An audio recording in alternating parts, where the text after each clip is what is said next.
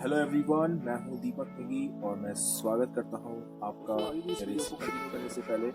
I want to wish you all a very happy new year 2021 and I wish and I pray from my God, जो भी आपके dreams हैं, जो भी future events आप achieve करना चाहते हो या जो भी आप एफर्ट्स अभी तक देते आए हो लास्ट साल तक, तो इस साल आपका फ्रूटफुल रिजल्ट आपको उसका मिले और आप ऊंचाइयों को छुओ और आप अपने आप को काबिल। दोस्तों, जैसे कि हम सभी जानते हैं कि 2020 में हम सबको बहुत सारे चैलेंजेस का सामना करना पड़ा है और स्पेशली वो सारे लोग जो कि जॉब कर रहे थे, अनफॉर्चुनेटली इनको जॉब छोड़नी पड़ी या जॉब से इनको निकाला गया, या फिर कई ऐसे लोग जिन्होंने बिजनेस नया नया स्टार्ट किया था पर वो बिजनेस स्टार्ट होते ही ठप हो चुका है। स्पेशली मैं बात करूँगा उन सभी लोगों की जो कि बिजनेस स्टार्ट, कई सारे न्यू एंटरप्रेन्योर्स जिनका बहुत अच्छे ड्रीम्स है 2020 में कुछ स्टार्ट करने के लिए, अनफॉर्चुनेटली उनके जो स्टार्टअप्स हैं वो वहाँ पे चल नहीं पाए बिकॉज ऑफ कोविड-19 जो एक पैंडेमिक सिचुएशन क्रिएट हुई, तो काफ़ी नुकसान हुआ जॉब करने वालों का भी और जो बिजनेस करने वाले हैं सबका भी। तो दोस्तों, पहले तो मैं आई विश कि ये नया साल में आप जो भी चीज़ अचीव करना चाहते हो वो चीज़ आप उसके लिए एफर्ट्स अगर पूरा दे रहे थे वो चीज़ आप श्योरली अचीव कर पाओ। I pray to God for this. But now अब कहीं ना कहीं आप सबको एक होप जरूर दिखी होगी, वो है बायजूस के रूप में कि बायजूस अभी हायरिंग कर रहा है और जिसके लिए आपको कई सारे एडवर्टीजमेंट दिखे होंगे या फिर आपको किसी दोस्त से पता चला होगा, जैसे मुझे अपने दोस्त से पता चला था कि उसने बायजूस में इंटरव्यू दिया है। उसने मुझे एक हल्का सा ब्रीफिंग दिया था बट मुझे उस समय ABCD नहीं पता था कि क्या बेसिकली वहाँ पे वो देख रहे हैं। तो मैंने उसके लिए यूट्यूब में मैंने भी सर्च किया, आप लोगों की आपने डेफिनेटली यूट्यूब में आपने भी सर्च किया होगा, आपने भी वहाँ पे ये सारी चीज़ें समझने की कोशिश करी होगी कि बायजूस में बेसिकली क्या क्या कैसे वहाँ पे हायरिंग होती है और कैसे आप आपको सेलेक्ट करवा पाते हैं, तो कितने स्टेजेस में ये सिलेक्शन प्रोसेस चलता है। तो उसके लिए आपको आपने कई सारी वीडियो देखी होंगी। आई थिंक कैरियर चाचा is also doing a great job. BIA programmer is also doing a great job. तो बहुत सारे अदर गाइज हैं जो ऑलरेडी BA काम कर रहे हैं, जो आपको एक बहुत अच्छी इंटरनल लाइक आपको डिटेल्स प्रोवाइड करते हैं ताकि आप सब वहाँ पे अपना सिलेक्शन पक्का करा पाओ। तो ये वीडियो में बस केवल एक लाइक कॉन्ट्रीब्यूशन है सभी लाइक बॉयज़ एंड गर्ल्स के लिए जो कि बायजूस को एक कैरियर के रूप में देख रहे हैं। और सबसे पहले तो मैं बात करूँगा कि अगर आप कैरियर के रूप में इसको देख रहे हो तो इस बायजूस को तभी ज्वाइन करिएगा जब आप अपने अंदर ये कुछ क्वालिटीज़ को देखते हो। उसमें से कुछ क्वालिटी जो कि एक सेल्स पर्सन, एक बिजनेस डेवलपमेंट बनने को होनी चाहिए। तो प्रोफाइल में BDA एसोसिएट, अब उन्होंने एक BTT प्रोग्राम स्टार्ट कर दिया, क्योंकि पहले वो डायरेक्टली BDA बनाते थे ट्रेनिंग करने के बाद, बट अब वो क्या करते हैं, पहले आपको एक ट्रेनिंग प्रोग्राम में रखते हैं। ट्रेनिंग प्रोग्राम में वो ये चीज़ असेस कर पाते हैं कि आपकी सेल्स स्किल कितनी हद तक अच्छी है। ठीक है, तो बात करते हैं सबसे पहले तो सिलेक्शन प्रोसेस को लेकर। मैं जानता हूँ कि आप सबने कैरियर बायजूस के जो कैरियर ऑप्शन है वहाँ पे जाके अपनी डिटेल्स भर ली होगी। अगर आपने डिटेल्स भर ली है तो उसके बाद इसके हो सकता है कि तुरंत बाद आपको कॉल आ जाए।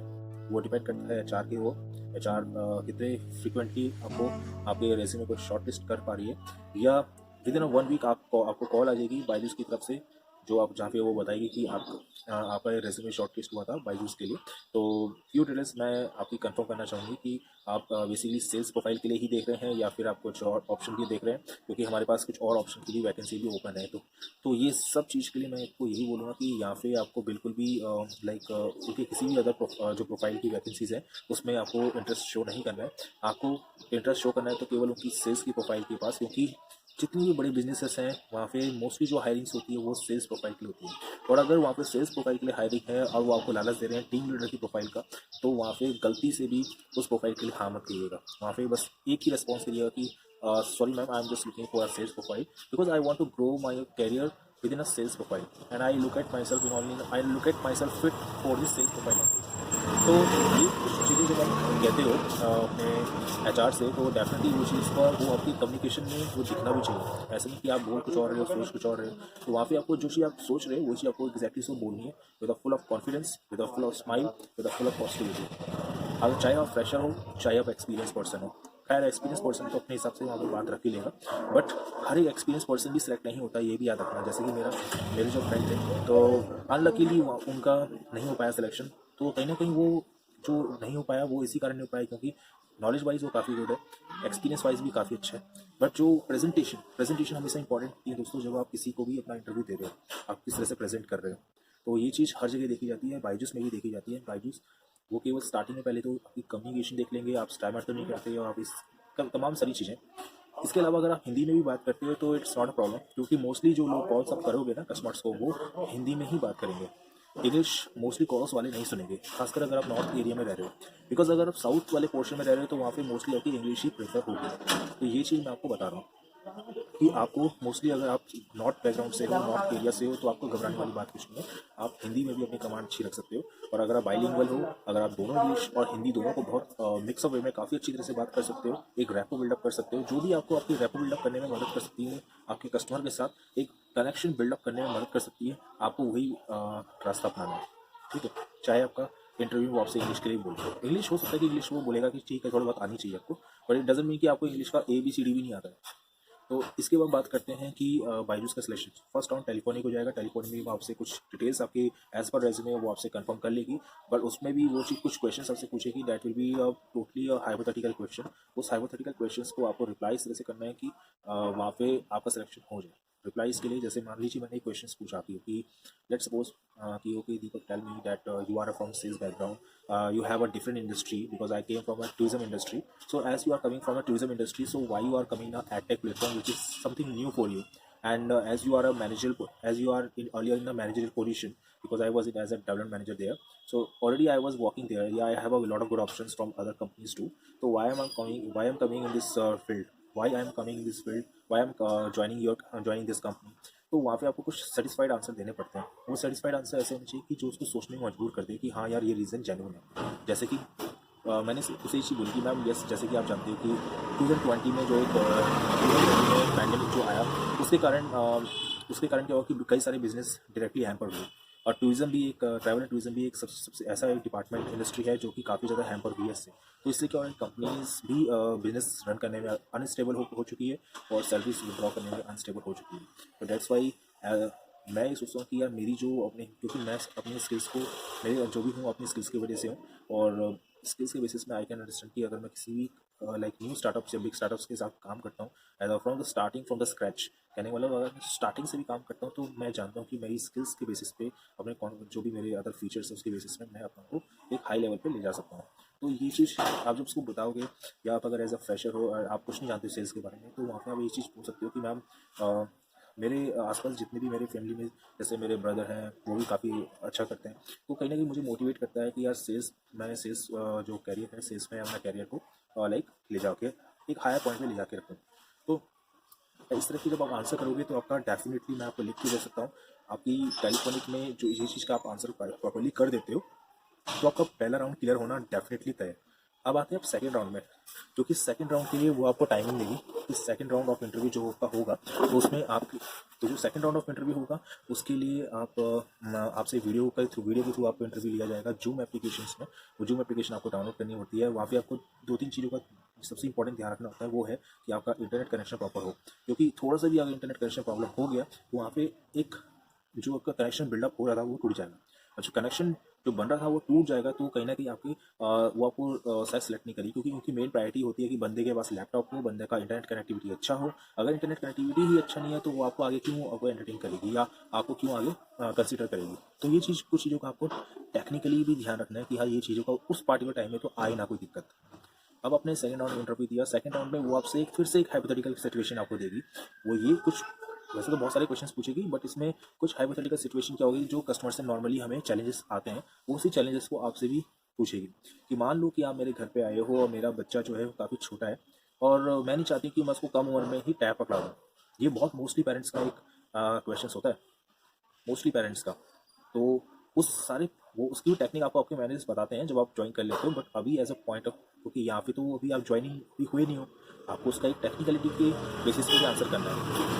तो आप उसका सिंपल एक आंसर कर सकते हो कि देखो मैम, मैं पूछना चाहूँगा सबसे पहले कि आपका बच्चा एग्जैक्टली अभी कितने साल का है और लगभग कितनी देर बैठ जाता है टीवी के आगे, कितनी देर बैठता है। तो उसका आंसर कहीं ना कहीं ये हुआ कि आधा घंटा, 1 घंटा, 1.5 घंटा, 2 घंटा भी हो सकता है, क्योंकि बच्चों की कोई लिमिट नहीं होती। बच्चों को अगर कार्टून पसंद आ रहा है तो वो कार्टून देखते जाएंगे, क्योंकि बच्चों का माइंड होता है क्यूरियस, बच्चों का माइंड होता है एडेप्टिव। उनको कोई भी क्यूरियस चीज़ होती है, क्यूरियसिटी वाली चीज़ दिखेगी वो उसकी तरफ जाएंगे। और हमारा प्रोग्राम ही डिज़ाइन इस तरह से है कि हम अपने जो नॉलेज है कि इसमें बच्चे को कोई टाइम के हिसाब से नहीं बैठना पड़ेगा कि 9 बजे क्लास है तो 9 बजे क्लास। बच्चे को जब भी कोई भी वीडियो, जो भी उसको डाउट है या कोई भी चीज़ को समझनी है, वो कभी भी अपना इस ऐप को यूज़ कर सकता है। और जो इसमें स्टडी को डिज़ाइन किया गया है वो इस तरह से डिज़ाइन किया कि इसमें एनिमेशन हो, प्रोजेक्शन हो, 3D प्रोजेक्शंस हो, कार्टून्स के वे में, एनिमेशन वे में काफ़ी अच्छी तरीके से चीज़ों को समझाया जाता है। ये केवल एक नॉर्मल वीडियो नहीं है जो कि बच्चे अपनी स्कूलिंग जिसमें पढ़ रहे होते हैं। ये एक तरह का एक एनिमेटेड प्रोग्राम है जिसमें जब बच्चा घुसता है तो उसको इंटरेस्ट उसका बनता ही रहता है, बनता ही रहता है, बनता ही रहता है। और स्टार्टिंग में हम केवल बच्चे से केवल आधा घंटे का टाइम मांग रहे हैं कि अगर आधा घंटा भी वो रोज दे देता है अपने आप अपने इस पार्टिकुलर सब्जेक्ट में, तो वो उसकी आंखें भी डैमेज नहीं होगी। दूसरा, बच्चा उसमें काफ़ी फोकस हो पाएगा, बच्चे का जो एक रिवीजन वाला पोर्शन है वो काफ़ी स्ट्रांग हो पाएगा। क्योंकि होता क्या है कि बच्चे को ट्यूशन भी भेजते हैं, कई कई सारे अदर प्लेटफॉर्म्स में भी पढ़ाते हैं, बट बच्चा पढ़ रहा होता है इन अ कंटिन्यूस वे, बट उसके पास रिपीट उसको रिवाइज करने का टाइम ही नहीं होता। ठीक है, तो इस तरह से बच्चा अपने रिवीजन को काफ़ी स्ट्रॉन्ग कर सकता है। और बच्चे को आपको फिर अब बच्चे को आप कभी भी पढ़ने के लिए नहीं बोलना पड़ेगा। जिस तरह से बच्चे को पता होता है कि मोबाइल में, अगर मैं अपनी सिस्टर की लड़की की बात करूँ तो उसका नेचर ऐसा है कि वो उसको पता होगी मुझे इतने टाइम पे कार्टून देखना है तो कार्टून देखना है, वो हर टाइम पे उसी टाइम पे कार्टून देखता है, और उसके इतने घंटे बाद मुझे खेलना है तो खेलता है। तो ये चीज़ बच्चे की एक माइंडसेट बन जाएगा। जब बच्चे का ये माइंडसेट बन जाएगा तो आई डोंट थिंक सो कि वहाँ पे बच्चे को आपको बोलना पड़ेगा कि बेटा पढ़ लो।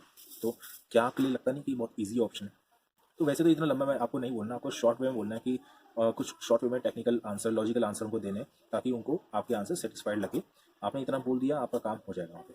ठीक है, उसके बाद वो बोलेगी अच्छा मेरे पास अभी वन गो में इतनी पेमेंट नहीं है। सेकंड हाइपोथेटिकल क्वेश्चन या सेकंड क्वेश्चन जिसका आपको सॉल्यूशन उसको प्रोवाइड करना है कि मेरे पास इतने क्वेश्चन इतना अमाउंट नहीं है अभी वन गो में देने के लिए, तो कैसे मैं इसको कंटिन्यू कर पाती हूँ।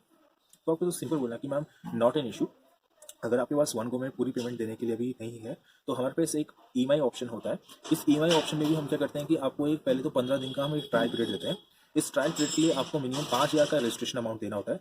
5,000 का registration amount as per your और जो भी आपकी ईएमआई की कॉस्ट बनेगी। मान लीजिए आपका प्रोजेक्ट अगर 65,000 का है ये 2 साल का, या 45,000 का है 2 साल का, उसमें से आप 5,000 मुझे एज अ रजिस्ट्रेशन अमाउंट अभी दे देते हैं तो बचेगी आपको 40,000। तो 15 दिन की ट्रायल, 10 से 15 दिन की ट्रायल पीरियड होगा जिसमें आपके बच्चे को आपको केवल उस कोर्स को देना है। आपका बच्चा कैसे पढ़ रहा है क्या नहीं पढ़ रहा है उसको कुछ नहीं बोलना, उसको केवल ऑब्जर्व करना है। उस पूरे सिनेरियो में जो आप पूरी ऑब्जर्व कर लोगे ना, तो आप उसमें मुझे बताना कि उसके बाद भी आपके बच्चे को अगर समझ नहीं आ पा रही है, अगर बच्चे को तब भी समझ नहीं आ पा रही है तो आई विश तो आप उसके 10 से 15 दिन के अंदर अपनी कैंसिलेशन रिक्वेस्ट डाल सकते हैं, जिसके लिए हम अपनी टीम से उसको कैंसिलेशन करवा दें। आपसे टैब हम वापस ले लेंगे और आपको जो 5,000 का आपने हमें और रजिस्ट्रेशन अमाउंट दिया है वो हम आपको वापस करवा देंगे। तो इस तरह से आपको हर एक एचआर को बताना है ताकि एचआर फिर आपको कंसीडर करे। जब ये इस तरह के आंसर आप दोगे ना तो वो आपको फिर थर्ड राउंड के लिए कंसीडर करेगी। अब सबसे इंपॉर्टेंट बात दोस्तों कि जो अब इन्होंने कर दिया पैटर्न, कि हमारे टाइम पे तो क्या था कि डायरेक्ट थर्ड राउंड होता था, बट अभी इन्होंने क्या किया कि इन्होंने जंप स्टार्ट का एक प्रोग्राम ऐड कर दिया। ये जंप स्टार्ट का प्रोग्राम वैसे तो बहुत टाइम पहले से ही ऐड है, बट इसमें इन्होंने क्या कर दिया कि जो जंप स्टार्ट का प्रोग्राम इन्होंने रखा है तो बेसिकली उसमें आपकी अगर like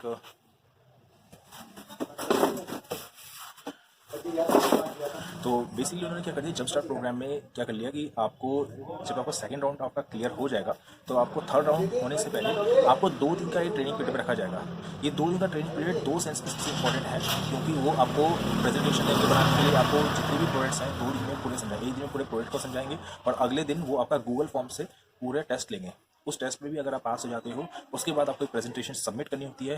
once you submitted your presentation, उस प्रेजेंटेशन में आपको कुछ हाइपोथेटिकल सिनेरियो दिए होते हैं, उसमें आप कैसे अपने सोल्यूशन को रखते हो, कैसे कन्विंस करते हो कस्टमर को, वो पूरे पॉइंट्स को रखना है। क्या क्या क्या फीचर्स आपने पढ़े हैं प्रोडक्ट के वो पूरे उसके साथ ऐड अप करके आपको प्रेजेंटेशन तैयार करनी होती है। जैसे ही अपनी प्रेजेंटेशन तैयार कर दी तो आपको सीधे ये बोला जाएगा कि आपको आपका एक फाइनल राउंड इंटरव्यू होगा जो कि हमारे सेल्स मैनेजर आपसे लेंगे। वो फाइनल राउंड जब आपका हो जाएगा पूरा, उसमें भी वो आपसे सिनेरियो पूछेगा जो आपने प्रेजेंटेशन तैयार करी है, आपको उसको वहाँ प्रेजेंट करना है उसके सामने। उसके बेसिस पे आपसे ट्रिकी क्वेश्चंस पूछेगा, उसको आपको ढंग से आंसर देना है। ट्रिकी क्वेश्चन यही होता है कि भाई मैं टैब क्यों खर्च करूँ, क्यों आपके प्रोडक्ट को यूज़ करूँ। बहुत सारे ज़्यादा प्लेटफॉर्म से जहाँ से कि मैं बहुत कम कॉस्ट पे, या हो सकता है यूट्यूब जैसे प्लेटफॉर्म में मैं फ्री ऑफ कॉस्ट इसको पढ़ लेता हूँ, तो why should I go with your premium package, what the advantage I will get from what the advantage I will get. तो आपको उसके फीचर्स, उसके एडवांटेजेस अगर आपको नहीं पता तो आपको वीडियोस या नेट के थ्रू को देखनी होगी, तो वो चीज़ आपको वहाँ पूरी समझ में, वो चीज़ को वहाँ पूरी समझानी है। और तब तक समझानी जब तक आपका इंटरव्यू पूरा नहीं होता। आपको नो नेवर गिव अप रखना ही रखना है। आपको मतलब कभी भी वहाँ पे गिव अप करना ही नहीं है। बस वहाँ पे आप अपने सोल्यूशन रखते जाओ रखते जाओ रखते जाओ, और वो सोल्यूशन ऐसे नहीं कि कुछ भी आप फेंक रहे हो, वो सोल्यूशन ऐसे कि वो उसको कन्विंस करने के लायक हो। वो भले रिएक्शन ऐसे देगा कि यार अबे क्या बोल रहा है या क्या नहीं बोल रहा, वो रिएक्शन इस तरह से देगा क्योंकि वो उसकी स्ट्रैटेजी है। बट आपकी स्ट्रैटेजी क्या है कि आपको डाउन नहीं होना, आपको वहाँ पे अपने पॉइंट्स को क्लियर बोलना है कि सर मैं इसको इस तरह से कन्विंस करूँगा, ये रास्ता भी नहीं होता तो मैं इसको इस तरह से बोलूँगा, मैं फिर भी इसको इस तरह से ट्राई करूँगा पूरा कि वो एटलीस्ट सोचने में मजबूर हो जाए वो कस्टमर कि मुझे प्रोडक्ट को लेना है या नहीं लेना। तो इतना करने के बाद वो आपको कहेगा कि okay Deepak, thank you so much for your time, I will definitely let you know, what ever will be the result will definitely let you know. अब उसने अगर सेलेक्ट करना होगा तो उसने कहीं ना कहीं बना लिया होगा माइंड। अब आते हैं, अब डिस्कशन होता है किसके बीच में, एचआर और आपके सेल्स मैनेजर्स के बीच में कि इस कैंडिडेट का ये चीज़ स्ट्रॉन्ग है, इस कैंडिडेट का ये चीज़ स्ट्रॉन्ग मुझे नहीं लगा। तो अगर आपकी उसको बहुत कॉन्फिडेंस को लगा होगा कि हाँ यार इस बंदे में वो बात है जो कि कर सकता है कन्विंस, या इसके अंदर वो एनर्जी है, वो एनर्जी लेवल है जो कर सकता है। इसके अलावा वो इंटरव्यू में ये भी क्वेश्चन पूछेंगे आपसे कि यहाँ पे इन्वायरमेंट इतना ज़्यादा लंबा होता है तो आप इसमें कर पाओगे नहीं कर पाओगे। तो वहाँ पे ये चीज़ आपको बोलनी ही बोलनी है उसको कि सर मैं जिस भी काम को लाइक करता हूँ, तो अगर मैं उस काम को इंटरेस्ट के साथ बना के कर रहा हूँ, जो कि मैं समझता हूँ कि यार सेल्स में मैं अपने आपको बहुत लाइक एक एनालिटिकल वे में और काफ़ी अच्छे वे में मैं ग्रो करा सकता हूँ अपने आप को, तो मुझे लगता है कि वो काम मेरे लिए कभी भी बोरिंग नहीं होगा, मोनोटोनस नहीं होगा, क्योंकि चैलेंजिंग वाला काम हमेशा आपके लिए इंटरेस्टिंग होता है। तो चैलेंजिंग है definitely, in the same time वो इंटरेस्टिंग भी है। और मैं जितनी काम को इंटरेस्टिंग करता हूँ वो कभी I feel very, I always try to enjoy that work. मेरा हमेशा से वर्क तो इस तरह की कुछ आपको सेटिस्फाइड आंसर देने, बट वो देने इस तरह से कि वो आपकी फीलिंग के साथ, आपके इमोशन के साथ वो झलकनी चाहिए, ताकि वो सोचने में मजबूर हो जाए कि हाँ यार ये बंदा कर लेगा। ये नहीं कि आपने सीधी बोल दिया, मैंने बोला तो आपने सीधी बोल दिया कि sir I want to enjoy my work, I enjoy my work, so that's why I never feel boring in any work. Okay अच्छा, तो आपको कई सारे सिनेरियो वो आप, क्योंकि वो बहुत मास्टर आदमी अपने काम में, तो आप उसको बेटे बनाने की बिल्कुल भी मत सोचना। तो जब आप 3 राउंड दे दोगे, I can definitely let you know कि 95% या 99% रिजल्ट जो होगा आपके फेवर में होगा। भले वो आपको आज नहीं, कल नहीं, परसों नहीं, एक हफ्ते के अंदर जरूर बताएंगे, बट वो बताएंगे जरूर, क्योंकि उनकी टीम के बीच में भी डिस्कशन होता है आपको लेके। तो आपको कैसे प्रेजेंट करना, now it's all up to you. और जो भी आगे के सिनेरियो रहेगा उसके बारे में बात करेंगे नेक्स्ट वीडियो में। I hope this video somewhere, इस वीडियो से आपको हेल्प मिल पाई हो, and I wish you all the very best for this new joining, and I wish lot of peoples can join this Byju's organization, and वहाँ पे आप ज्वाइन कर पाओ, आप अपने अंदर सोर्स ऑफ इनकम को जनरेट कर पाओ, और इस नए साल से आपको एक नई ऊंचाइयाँ मिल पाए। That's all the wishes from my side. Thank you and